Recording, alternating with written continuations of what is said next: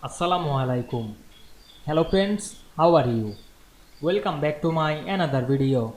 In this video, I am going to show you how to make a borderless text box in Affinity Publisher. Let's get started.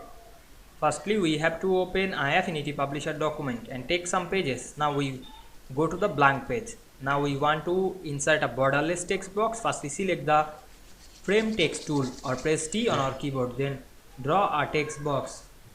Now we want to make this text box borderless. Click the text box and go to the text frame option and enable it. Select this fill color, choose no color, then select the stroke and choose no stroke.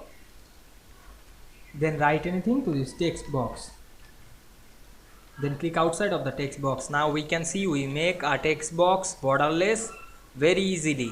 I hope you enjoyed the video. Please like, comment, share and subscribe my channel. Thanks for watching.